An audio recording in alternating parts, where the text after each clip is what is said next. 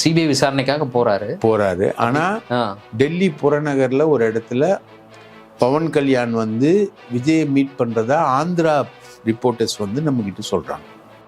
அவங்க உடன்படலைன்னா CBI ஏவப்படும், ID ஏவப்படும், எல்லாமே இடி ஏவப்படும். எல்லாமே உடன்படாதப்போ, உடன்படுற ஸ்டேஜில் சிபிஐ ஏவுவாங்களா?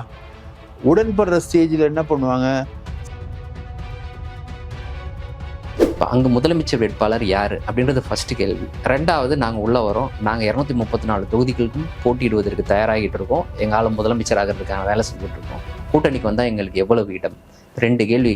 ஒருவேளை தேர்தல் புறக்கணிப்புன்னு எடப்பாடி சொல்லிட்டு போயிடுவாருன்னு தெரியல. அவர் தேர்தலை புறக்கணிச்சுட்டு போனாலும் ஆச்சரியப்படுறது இல்லை. ஏன்னா விஜய் முதலமைச்சர்னு சொல்லிட்டு கேம்பெயின் பண்ணிட்டு கான்ஃபிடென்ட்டா இருங்க, நல்லதே நடக்கும் அப்படின்ட்டு அண்ணன் எடப்பாடி முதலமைச்சர் அப்படின்னா, போன தேர்தலில் முழுக்க எடப்பாடி முதலமைச்சர் ஆகக்கூடாதுன்னு தான் ஓட்டே போட்டிருக்காங்க ஜனங்க. அப்படி போறதா இருந்தால் என்னன்னு தெரிஞ்சிருக்கும். நிர்மல்லேருந்து எல்லாரும் ஜங்கஜிங்கன்னு அடிப்பாங்க. 10 ஊடகவியலாளர் வந்திருப்பாங்களே நேரம். விஜய் என்டிஏல நம்ம மணி இருக்காரு, நம்ம இடம் போடாதீங்கன்னு. அந்த மாதிரி 10 பேர் வந்திருப்பாங்க. ரஜினிக்கு எத்தனை பேர் வந்தாங்க சார்? நீங்க தானே சார் பார்த்தீங்க? அது மாதிரி நேரம் விஜய்க்கு ஒரு 20 பேர் வந்திருப்பாங்களே. அரண்சையில் நீங்களும் நானும் உட்காந்து பேசுற மாதிரியா இருக்கும். அதை விட பெருசா இருக்கும். என்டிஏ கூட்டணி வந்து ஜெயிச்சிருச்சுன்னா, ஜெயிச்சு ஒரு லெவலுக்கு வந்து பிஜேபி ஆதரவோட ஒரு அரசு அமையுதுன்னா, எடப்பாடி பழனிசாமி வந்து நிதிஷ்குமார் மாதிரி ராஜ்யசபா உறுப்பினர் ஆக்கிட்டு பிஜேபியை சேர்ந்த ஒருத்தரை வந்து முதல்வர் ஆக்குவதற்கு கூட பிஜேபி தயாரா இருக்கு. அதுக்கு முதல்ல ஜெயிக்கணும்ல, அது அத்தைக்கு மீசம் முளைக்கணும். ஆனா அரண்சை நண்பர்களுக்கு வணக்கம். அரண்சை ஊடகம் சுயேட்சையாக இயங்குவதற்காகவே உருவாக்கப்பட்டது. நாம் செய்கிற வேலை உண்மையிலேயே மக்களுக்காக செய்கிறோம் என்பதை நீங்கள் நம்பினால், வாய்ப்பு இருந்தால் இந்த ரேசர் பே QR கோடுக்குள்ளே நீங்கள் வந்து அதை ஸ்கேன் பண்ணி எங்களுக்கு உங்களால் இயன்றதை, விருப்பம் இருந்தால் ஆதரவு தெரிவிக்கலாம். வணக்கம், இது அரண்சை, நான் ஹசீஃப். இன்று நம்மோடு மூத்த பத்திரிகையாளர் தாமோதரன் பிரகாஷ் இணைந்திருக்கின்றார். அவரை வரவேற்போம். வணக்கம். வணக்கம் மூத்த பத்திரிகையாளர் தோழர் ஹசீஃப் அவர்களே, வணக்கம். தேர்தல் தேதி அறிவிப்பு இன்னும் 1-2 நாட்களில் வந்துடும் அப்படின்னு சொல்கிறாங்க. ஏறக்குறைய திமுகவினுடைய கூட்டணி உறுதியாயிடுச்சு.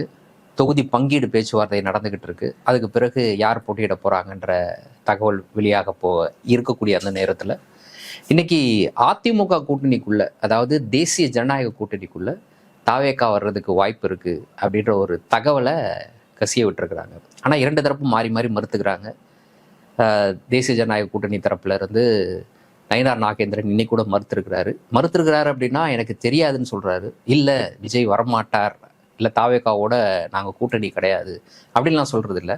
பட் எனக்கு தெரியாது, அதை பற்றி நான் கருத்து சொல்ல விரும்பலன்றாரு. அதே மாதிரி தாவேகா தரப்புலையும் அஃபிஷியலான தகவல் அப்படின்றத தாண்டி அதனுடைய நிர்வாகிகள் தரப்புல, இல்லைன்னா அவர்களுடைய ஆதரவாளர்கள் தரப்புல அப்படிப்பட்ட ஒரு எண்ணம் இல்லை அப்படின்னு சொல்லிக்கிட்டு இருக்கக்கூடிய அதே வேளையில் தாவேகா பாஜகவோடு கூட்டணி வச்சா அதை எப்படி எதிர்கொள்ளணும், எதை சொல்லி நியாயப்படுத்த வேண்டும் அப்படின்றதுக்கான தயாரிப்புகளில் தாவேகா இறங்கிடுச்சுன்ற ஒரு தகவலும் வெளியாகுது. என்ன நடக்குது? தாவேகா ஏன் அவங்களோட நிர்வாகிகள் கூட்டத்தில் கூட்டணி வச்சா என்ன தப்பு அப்படின்னு ஏன் வந்து கேட்கணும்? மாவட்ட செயலாளர்கள் கூட்டத்தில் ஏன் கேட்கணும்? 75% ஆஃப் தி மாவட்ட செயலாளர்கள் வந்து கூட்டணி வைக்கிறது சரின்னு ஏன் சொல்லணும்? அதில் பேசின மாவட்ட செயலாளர்கள் வந்து என்ன பேசினாங்க அப்படின்னு நமக்கு தகவல் கிடைக்குதுன்னா, கடலூர் மாவட்ட செயலாளர் வந்து 2 அமைச்சர்கள் வந்து எங்களை பார்த்தாங்க. அந்த அமைச்சர்கள் சொல்றது என்னன்னா, நீங்கள் தனியாக நின்னீங்கன்னா வேஸ்ட் ஆகிடுவீங்க, ஒன்றும் உங்களுக்கு அனுபவம் இல்லை, 2வது உங்ககிட்ட பணமும் இல்லை. அமைச்சர்கள்லாம் யாரு? திமுக அமைச்சர்களா?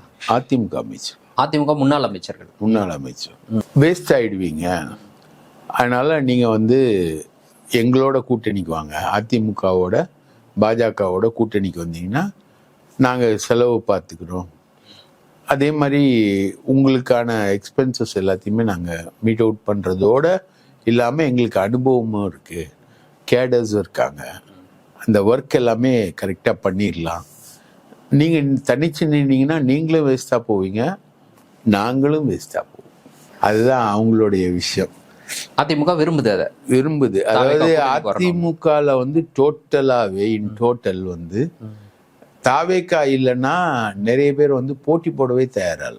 இடம் கொடுத்தாலும் போட்டி போடுறதுக்கு தயாரால. ஓகே, சீட்டு கொடுத்தா கூட நாங்கள் காசை கொடுத்து வச்சிருந்து நீ வந்து ஒவ்வொருத்தரையா காலி பண்றியா? நீ தேமுதிகவை அமிச்சிட்ட, சசிகலாவை சேர்க்கலை, ஓபிஎஸ்ஸை திமுகவுக்கு அமிச்சிட்ட, முக்குளத்தோர் வாக்கே என்ன உனக்கு வந்து இல்லைன்ற மாதிரி ஒரு கண்டிஷனில் நீ வச்சுக்கிட்டு இருக்க. மிஸ்டர் எடப்பாடி தோத்தினா நீங்கள் தான் பொறுப்பு, இவ்வளோ வேலையும் நீங்கள் தான் பண்ணியிருக்கீங்க அப்படின்றது தான் அமித்ஷாவுடைய டெல்லி சந்திப்பில் இருக்கக்கூடிய வார்னிங். மொத்தமாக சுருட்டிட்டார் அவர். அதே மாதிரி அவர் என்ன பண்ணுறாரு, எல்லா அதிமுக அமைச்சர்களையும் கூப்பிட்டு நீ செலவு பண்ணு, நீ 100 கோடி பண்ணு, நீ 50 கோடி பண்ணு, நீ 10 கோடி பண்ணு அப்படின்னு மண்டல வாரியாக பிரித்து கொடுக்குறாரு. இவரு வந்து இவ்வளோ காசும் வாங்கியிருக்காரு, ஆனால் இவர் செலவு பண்ண மாட்டுறாரு. செலவு பண்ணாமல் நம்மளை செலவு பண்ண சொல்கிறாரு அப்படின்றது வந்து அவங்களுக்கு இருக்கக்கூடிய ஒரு பெரிய எரிச்சல்.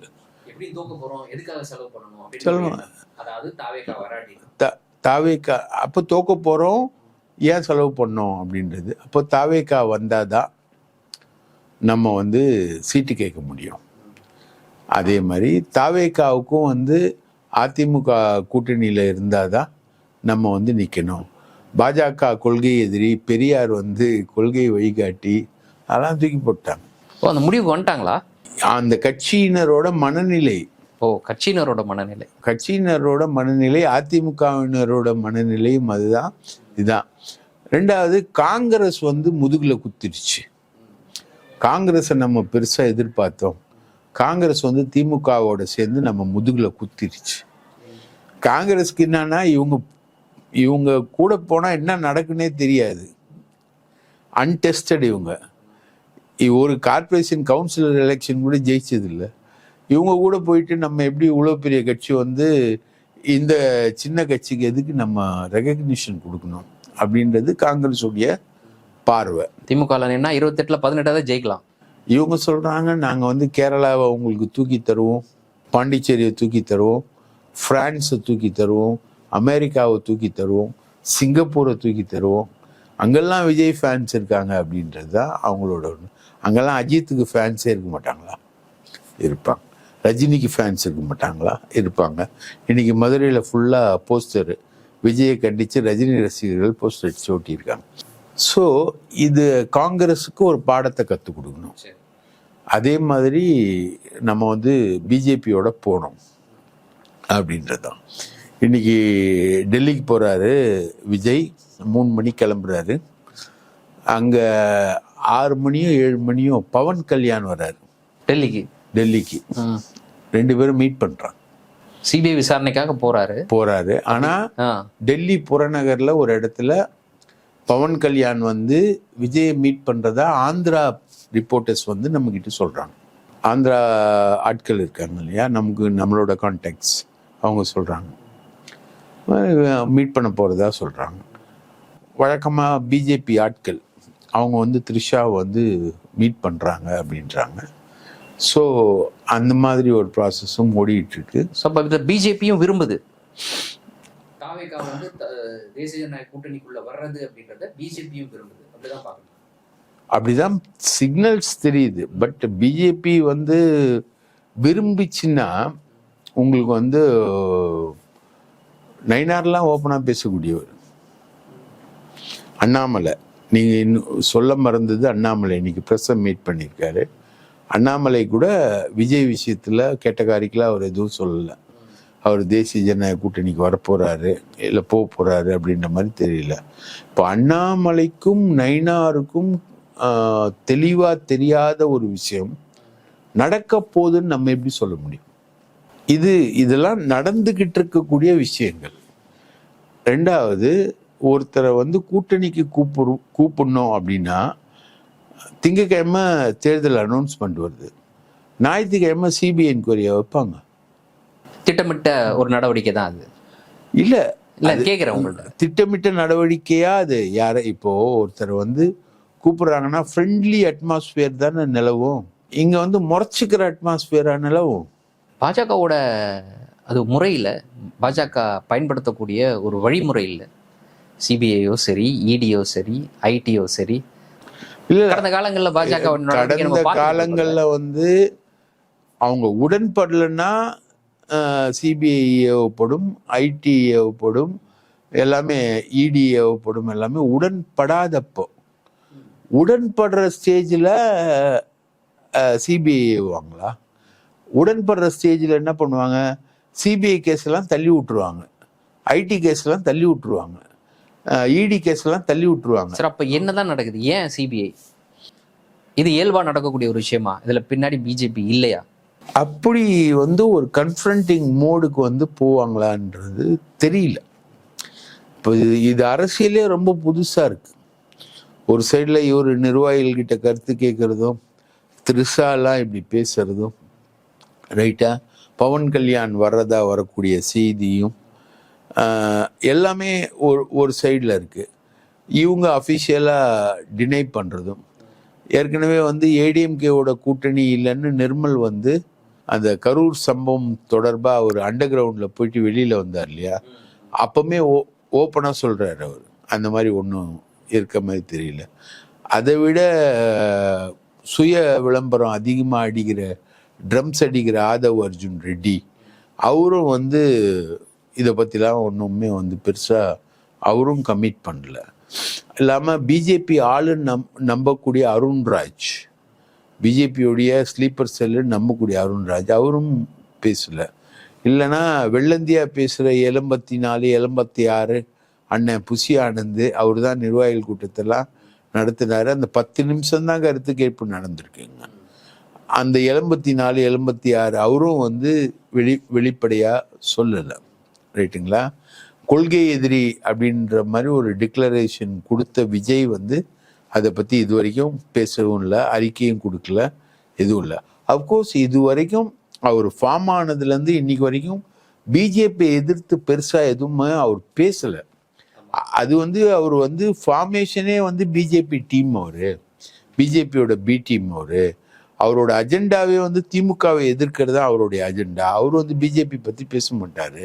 ஏன் பிஜேபி பற்றி பேச மாட்டாருன்னு அவரே விளக்கம் கொடுக்குறாரு. இது வந்து சட்டப்பேரவை தேர்தல், நாடாளுமன்ற தேர்தல்னா கண்டிப்பாக அவர் எதிர்த்து பேசுவார். அவர் விளக்கம் கொடுத்துருக்கிறார். ஏங்க, சட்டப்பேரவை தேர்தலாக இருக்கட்டுங்க, சட்டப்பேரவை தேர்தலில் வந்து இந்திய நாட்டில் ஒரு ஆட்சி நடக்குது. அவங்க என்ன சொல்கிறாங்க, நாங்கள் வந்து டபுள் என்ஜின் சர்க்காராக கொண்டு வந்தோம்னா, டபுள் என்ஜின் சர்க்கார் வந்து இங்கே வந்ததுன்னா இந்த நாட்டோட வளர்ச்சி வந்து டபுள் மடங்காகும் அப்படின்னு சொல்லும்போது ஸ்டாலின் சொல்கிறாரு, அது டபுள் என்ஜின் சர்க்காரில் டப்பா என்ஜின் சர்க்கார் அப்படின்னு ஸ்டாலின் சொல்கிறார். ஸோ இந்த விவாதம் யாரை பற்றி நடக்குது? ஒன்றிய அரசை பற்றி நடக்குது. இன்னைக்கு கூட ஒரு திட்டத்துக்கு நிதி கொடுங்கன்னு சொல்லிட்டு முதல்வர் வந்து ஒன்றிய அரசை நோக்கி கோரிக்கை வைக்கிறார். பல திட்டங்களுக்கு நிதி கொடுக்கறது சம்பந்தமாக ஒன்றிய அரசோட விஷயங்கள் வருது. கவர்னர் மாற்றத்தில் கூட ஒன்றிய அரசோட கொள்கைன்னா, தமிழ்நாட்டோட கொள்கைன்னா, மாநில சுயாட்சின்னா என்ன, மாநில சுயாட்சியை வந்து எப்படி நசுக்குது, மாநிலத்தில் சுயாட்சி மத்தியில் கூட்டாட்சி, இதுதான் அண்ணா கொண்டு வந்த தத்துவம் அப்படின்னு சொல்லிட்டு ஏகப்பட்ட விஷயங்கள் வருது, ரைட்டுங்களா. அங்கேருந்து காங்கிரஸில் இந்த பிரவீன் சக்கரவர்த்தி கூட யூபியை விட அதிகமாக கடன் வாங்குது தமிழ்நாடு அப்படின்ற மாதிரி ஒரு ட்வீட் எல்லாம் போட்டு வருது. ஸோ ஒன்றிய அரசை பற்றின விவாதங்கள் நடக்காத சட்டமன்ற தேர்தல் எதுவுமே கிடையாது. இது வரைக்கும் நடந்தது எல்லாமே ஒன்றிய அரசை பற்றின விவாதங்கள் நடந்த தேர்தல் தான். தாமரை மறந்தே தீரும்னு தமிழிசை சவுந்தரராஜன் கொக்கரிக்கிறதும் வந்து இந்திய பாராளுமன்றத்தில் கிடையாது. அவங்க கொக்கரிக்கிறது வந்து தமிழக சட்டமன்றத்தில் தான் சொல்கிறாங்க அவங்க, ரைட்டுங்களா. இவங்க நாளைக்கு ஒருவேளை என்டிஏ கூட்டணி வந்து ஜெயிச்சிருச்சுன்னா, ஜெயிச்சு ஒரு லெவலுக்கு வந்து பிஜேபி ஆதரவோடு ஒரு அரசு அமையுதுன்னா, எடப்பாடி பழனிசாமி வந்து நிதிஷ்குமார் மாதிரி ராஜ்யசபா உறுப்பினர் ஆக்கிட்டு பிஜேபியை சேர்ந்த ஒருத்தரை வந்து முதல்வர் ஆக்குவதற்கு கூட பிஜேபி தயாரா இருக்கு. அதுக்கு முதல்ல ஜெயிக்கணும்ல. அது அத்தைக்கு மீச முளைக்கணும். ஆனா அப்படி ஒரு நிலைமை வந்ததுன்னா பிஜேபி பாண்டிச்சேரியில பண்ணலையா? ரங்கசாமி எவ்வளவு கஷ்டப்பட்டு தன்னோட பதவியை காப்பாத்தினாரு, நின்னாரு. 25 வருஷமா சிஎம்மா இருக்காருன்னு சொல்றாங்க. அவரு பிஜேபி கிட்ட பட்டப்பாடு மாதிரி யார்கிட்டயும் படவே இல்லை அவரு. அந்த மாதிரி பல விஷயங்கள் வந்து ஒன்றிய அரசு சம்பந்தமா நடக்குது. அப்போ மாநில தேர்தல் வேற, ஒன்றிய அரசு தேர்தல் வேறன்னு சொல்ல முடியுமா? அப்கோர்ஸ் அவங்களுடைய குறி வந்து 2029 பாராளுமன்ற தேர்தல். 2029 பாராளுமன்ற தேர்தலில் வந்து விஜய் வந்து நம்ம பக்கம் வந்தா நல்லா இருக்கும்.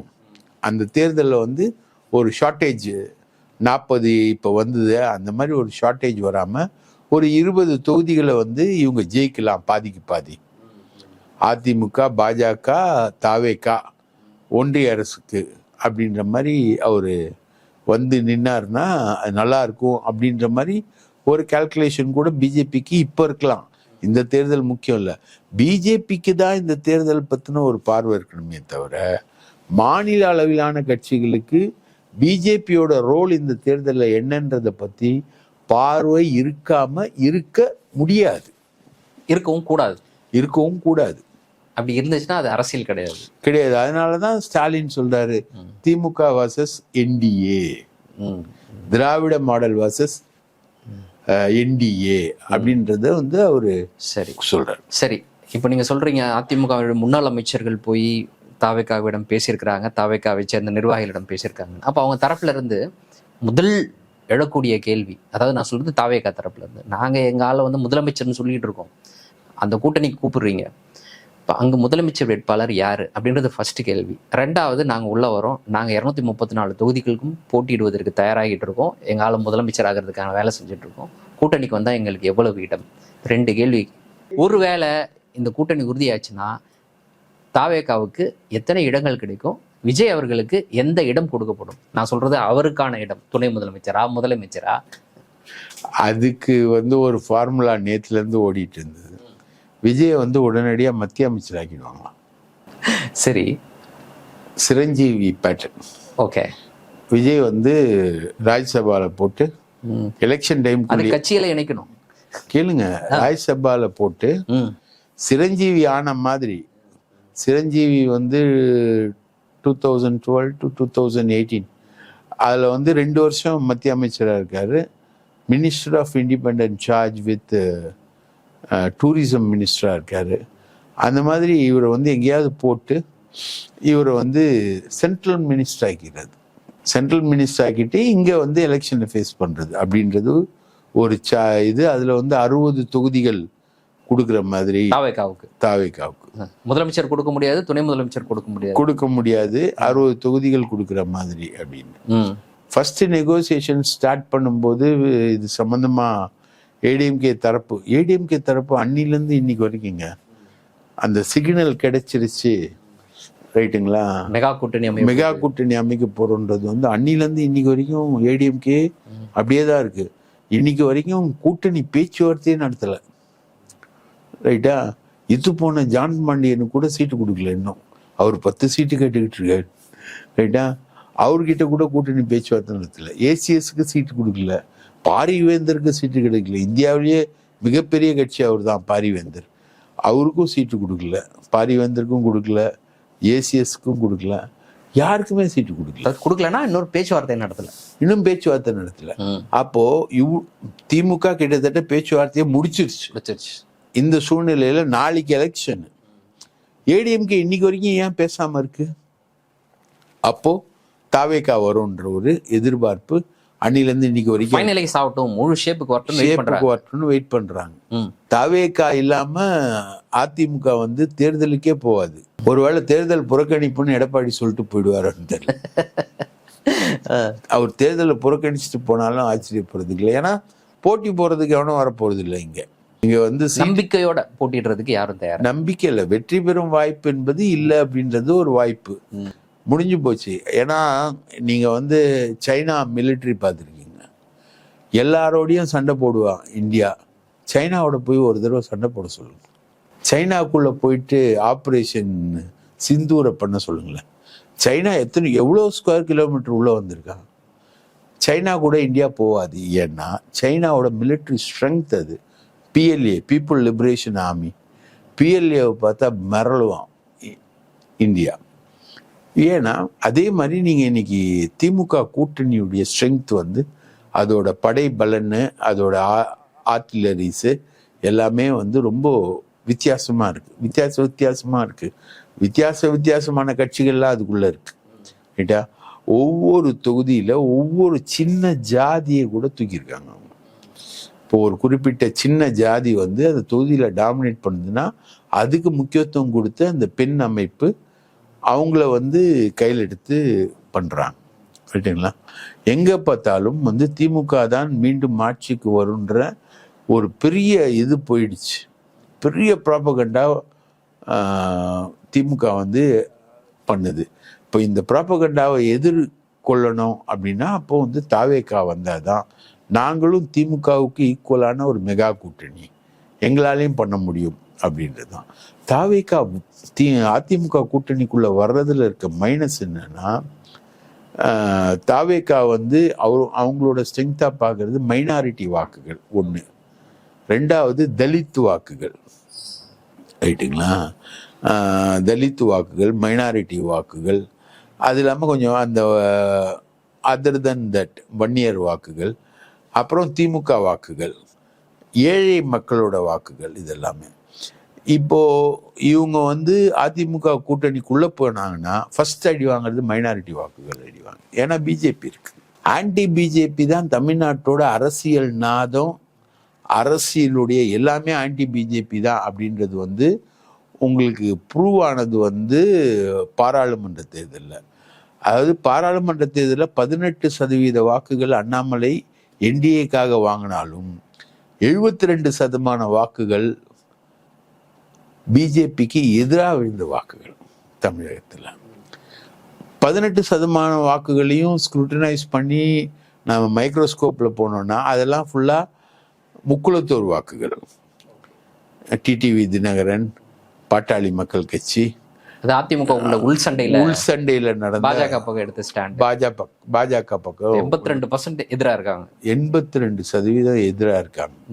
அப்போ மைனாரிட்டிகள்ல ஒரு ஊசலாட்டம் இருக்குன்னு வைங்களேன்.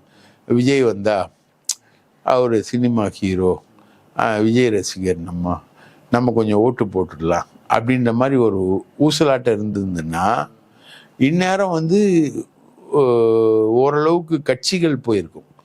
மைனாரிட்டி SDPI மாதிரி சில கட்சிகள் வந்து அங்கே போகும். போன தடவை எடப்பாடி வந்து ஆன்டி பிஜேபி ஸ்டாண்ட் எடுத்த உடனே SDPI அங்கே இருந்தது. இப்போ இல்லை, அவங்க திமுக பக்கம் வந்துட்டாங்க. ஸோ எல்லா கட்சியுமே திமுக பக்கம் வந்துச்சு. சப்போஸ் இவங்க அதிமுகவுக்கு போனாங்கன்னா, இப்போ இருக்கக்கூடிய நியூட்ரல் ஸ்டாண்ட்லேருந்து மாறி போகிறாங்கன்னா மைனாரிட்டியுடைய 100% ஓட்டு, 200% ஓட்டு வந்து திமுக கூட்டணிக்கு வந்துடும். இன்னும் திமுக வலுவாயிடும். ஓ, ஓகே. ஓட்டிங் அது ஆக்சுவலா விஜய் போனா தேசிய ஜனநாயக கூட்டணி வலுப்பெறும் அப்படின்ற அது அப்படின்னு சொல்றதே ஒரு மாயை. இல்ல வலுப்பெறும். அது மாயெல்லாம் சொல்ல முடியாது, வலுப்பெறும். அதுல எந்த இதுல இப்ப இருக்கிற நிலையில இருந்து கொஞ்சம் வலுப்பெறும். இருக்கிற நிலையில இருந்து அதிமுக கொஞ்சம் அப்படின்ற மாதிரி வரும். விஜய் வந்து எடப்பாடியை வந்து முதலமைச்சர்னு சொன்னாருன்னு வச்சுக்கோங்க, என்ன ஆகும்? விஜய் முதலமைச்சர்னு சொல்லிட்டு கேம்பெயின் பண்ணிட்டு கான்பிடென்டா இருங்க, நல்லதே நடக்கும் அப்படின்ட்டு அண்ணன் எடப்பாடி முதலமைச்சர் அப்படின்னா போன தேர்தலில் முழுக்க எடப்பாடி முதலமைச்சர் ஆகக்கூடாதுன்னு தான் ஓட்டே போட்டிருக்காங்க ஜனங்க. எடப்பாடி பாஜகவை எதிர்த்து நிற்கும் போது கூட 20% தான் ஓட்டு போட்டிருக்காங்க. எடப்பாடியை தோற்கடிச்சே தீர்வேன்னு சசிகலா தென்னந்தோப்புன்னு ஒரு பெரிய தோப்பை வச்சு கட்சி ஆரம்பிச்சிருக்காங்க. ரைட்டா? OPS திமுகவே வந்து சேர்ந்துட்டாரு. புகழேந்தி புரட்சிகர அண்ணா திமுகன்னு திமுகவுக்கு ஆதரவு கொடுக்குறாரு அவரு. இப்படி வந்து நிலவரங்கள் செங்கோட்டையன் தாவேக்காக்கே போயிட்டாரு. ரைட்டா? இப்படி ஒரு நிலவரம் இருக்கும்போது செங்கோட்டையன் எந்த மூஞ்சி வச்சு கோபில நிற்பாரு? அண்ணன் எடப்பாடி அவர்களை முதல்வராக்க வேண்டும் என உங்கள் சார்பாக தாய்மையாக கேட்டுக்கொண்டு நீங்கள் விசில் சின்னத்தில் வாக்களிக்க வேண்டும் என்று பணிவன்போடு கேட்டுக்கொள்கிறேன்னு செங்கோட்டையன் சொல்லுவாரா? செங்கோட்டையன் சூசைட் பண்ணிப்பாரு. அந்த மாதிரி ஒரு நிலைமை வந்ததுன்னு அவருக்கு, ரைட்டா? செங்கோட்டையன் மாதிரி நிறைய பேர் இருக்காங்க, அங்கே போயிருக்காங்க. அவங்கெல்லாம் வந்து அதிமுகலேருந்து போன பல முன்னாள் எம்எல்ஏக்களும் தாவேக்கால இன்னைக்கு வரைக்கும் இருக்காங்க. அவங்கெல்லாம் காலி, ரைட்டுங்களா? முக்கியமான நிர்வாகியாக இருக்கக்கூடிய அதிமுகலேருந்து ஐடி விங்லேருந்து போன ஒருத்தர், அவரும் அங்கே இருக்கார். அவர் முக்கிய நிர்வாகி சிடிஆர் நிர்மல்குமார். அவர் என்ன ஆவார்? அவரோட கதி என்ன ஆகும்? அதுவும் பெரிய விஷயம்னு வச்சுக்கோங்களேன். ஸோ இதெல்லாமே பெரிய கொஸ்டினுக்குள்ளாகும், அவங்களோட இருப்பே கொஸ்டினுக்குள்ளாகும். இது வந்து கட்சிக்குள்ள ப்ராப்ளத்தை கிரியேட் பண்ணும். கட்சிக்குள்ள விஜய்க்காக விழக்கூடிய வாக்குகள் என்பது இருக்குது. அந்த வாக்குகள் எவ்வளோ பர்சன்ட்னு இருக்கு. அதில் ஒரு பெரிய வாக்கு சதவீதம் அடி வாங்கும். போட்டி வந்து கடுமையாகும். திமுகவுக்கும் அதிமுக அணிக்குமான போட்டி என்பது கடுமையாகும். அவ்வளோதான். நீங்கள் சொல்கிறீங்க ஒருவேளை தாவேகா வந்து உள்ளே வருது அப்படின்னா இடங்கள் இருக்குல்ல, எவ்வளவு இடங்கள் ஒதுக்கப்படும்ன்ற ஒரு கேள்வி இருக்குல்ல. விஜய்க்கு குறைந்தபட்சம் பாஜகவோடு அதிகமான இடங்கள் கொடுக்க வேண்டிய தேவை வருமா? அது சிக்கல் தான். அதுக்காக தான் வந்து அதிமுகவோட மெக்கானிசத்திலேயே முதல்ல இருந்து ஃபர்ஸ்ட் யார் முதல்வர்ன்றது சொல்லல. என்டிஏல யார் முதல்வர்? ஒரு பக்கம் இபிஎஸ் அவரே சொல்லிக்கிறாரு அதிமுக கூட்டணின்னு, இன்னொரு பக்கம் என்டிஏ அரசு அப்படின்னு சொல்லிட்டு அது பிரதமர் வரைக்கும் வந்து பேசிட்டு போயிடுறாரு. பிரதமர் வரைக்கும் வந்து பேசுறாங்க. ஃபர்ஸ்ட் இது, செகண்ட் வந்து கூட்டணி ஆட்சி. எடப்பாடி வந்து கூட்டணி ஆட்சி இல்லைன்றது, இவங்க வந்து கூட்டணி ஆட்சின்றாங்க. மெஜாரிட்டிக்கும் கம்மியாக தான் எடப்பாடி நிற்க வேண்டியிருக்கும். அதான் அது சாத்தியமானு கேட்குறேன். பாசிபிலிட்டியே கிடையாது. அப்போ விஜய் உள்ள வந்தாலும் கூட அவருக்கு இடம் அளிக்கக்கூடிய வகையில் கூட்டணியில இடம் இல்லை. ஃபர்ஸ்ட் ஆஃப் ஆல் இடமே இல்லை. இல்லாட்டினா விஜய் பெரிய அளவுக்கு வந்து காம்ப்ரமைஸ் பண்ணிட்டு உள்ள வரணும். ஆமா. இல்லாட்டா இன்னொரு பக்கம் பாஜக காம்ப்ரமைஸ் பண்ணணும். விஜய்க்காக பாஜக காம்ப்ரமைஸ் பண்ணுமா? பண்ணாது. அதே எப்படி அவங்க காம்ப்ரமைஸ் பண்ணோம்? காம்ப்ரமைஸ் பண்ணவே மாட்டாங்க. அதுக்கான வாய்ப்பே கிடையாது. பாஜக ஸ்ட்ரிக்டா அவங்களுடைய தொகுதி. அது எப்படி ஒரு தேசிய கட்சி வந்து இவ்வளோ பெரிய ஸ்டேச்சர் பவர்ல இருக்க கட்சி வந்து காம்ப்ரமைஸ் பண்ணோம்?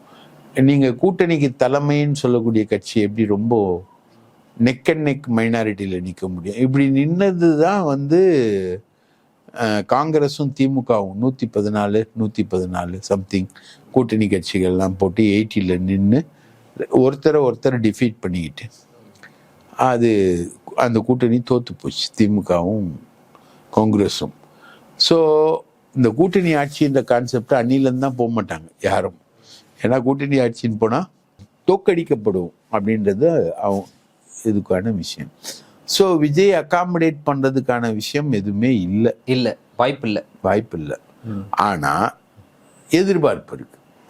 ஏடிஎம்கே நிற்பாங்க, அப்படி ஒரு கூட்டணி அமையும். அந்த கூட்டணி வந்து எல்லா தொகுதிகள்லையும் ஜெயிக்கும். இப்போ சொல்கிறோம்ல திமுகவில் வின்னபிலிட்டி, அதாவது நேற்று கொங்கு மக்கள் தேசிய கட்சி அவரு கூட முடிச்சுட்டு வரும்போது 3 சீட்டுக்கு 2 சீட்டு வாங்கிட்டு வரும்போது நாங்கள் 2 தொகுதிகளிலும் வெற்றி பெறுவோம், இந்த முறை எங்கள் கூட்டணிக்கு வந்து ஜெயிக்கிற வாய்ப்புகள் அதிகம் அப்படின்ற மாதிரி சொல்லிட்டு வர்றாரு. ஸோ அந்த வின்னபிலிட்டி வந்து ஏடிஎம்கே கூட்டணிக்கு வந்துடும் விஜய் வந்தா அப்படின்னு நம்புறாங்க.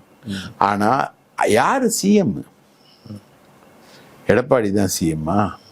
எடப்பாடி சிஎம்னு விஜய் சொல்லுவாரா?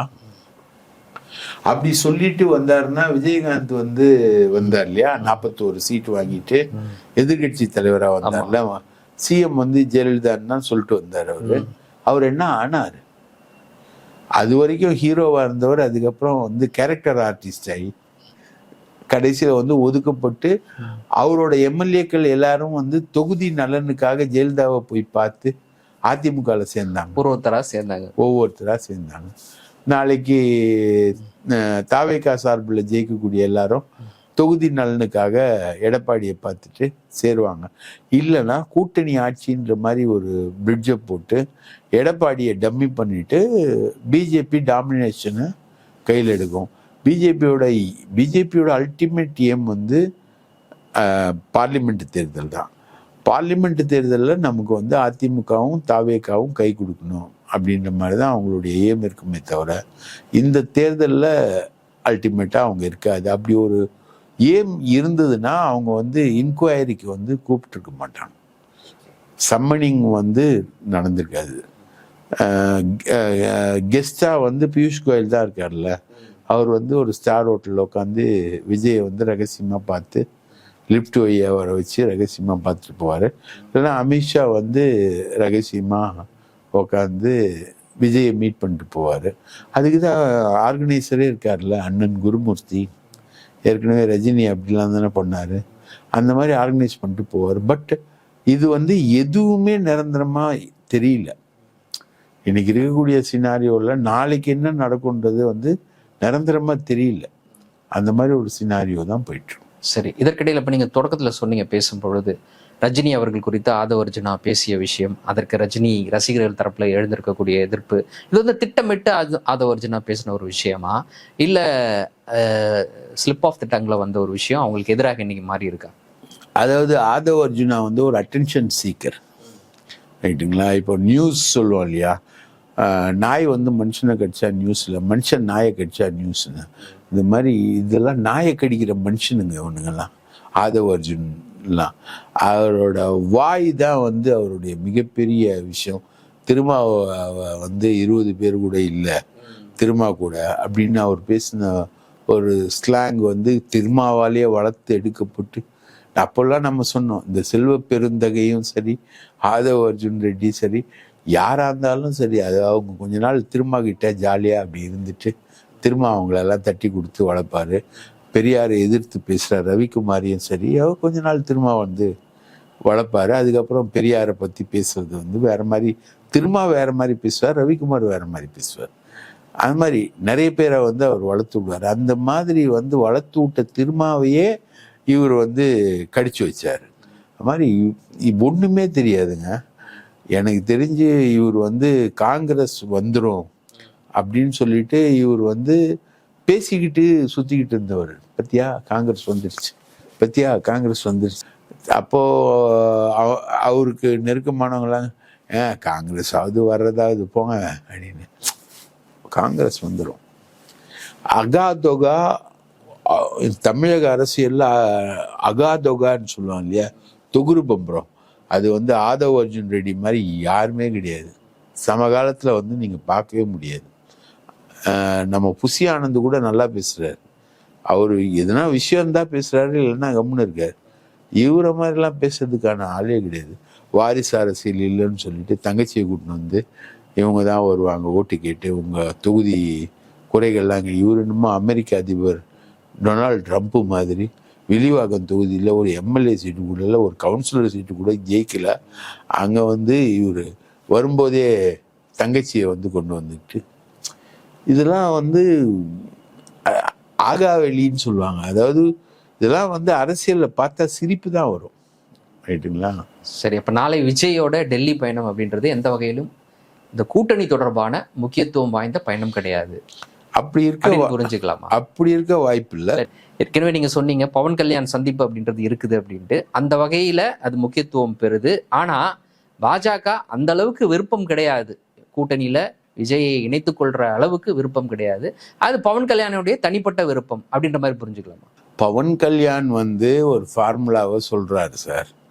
இப்படி வந்தீங்கன்னா, அதாவது தெலுங்கானா பிரிஞ்சப்போ சார் காங்கிரஸ் வந்து தெலுங்கானாவை பிரிச்சிருச்சு. அப்போ வந்து தெலுங்கானா வந்து காங்கிரஸ் பிரித்த காங்கிரஸ்க்கு ஆதரவாக சிரஞ்சீவி நின்னார். அப்போ வந்து டிடிபி வந்து தெலுங்கானா பிரிவினையை வந்து எதிர்த்தது, கோஸ்டல் ஆந்திராவில் தெலுங்கானா பிரிவினையை எதிர்த்தது.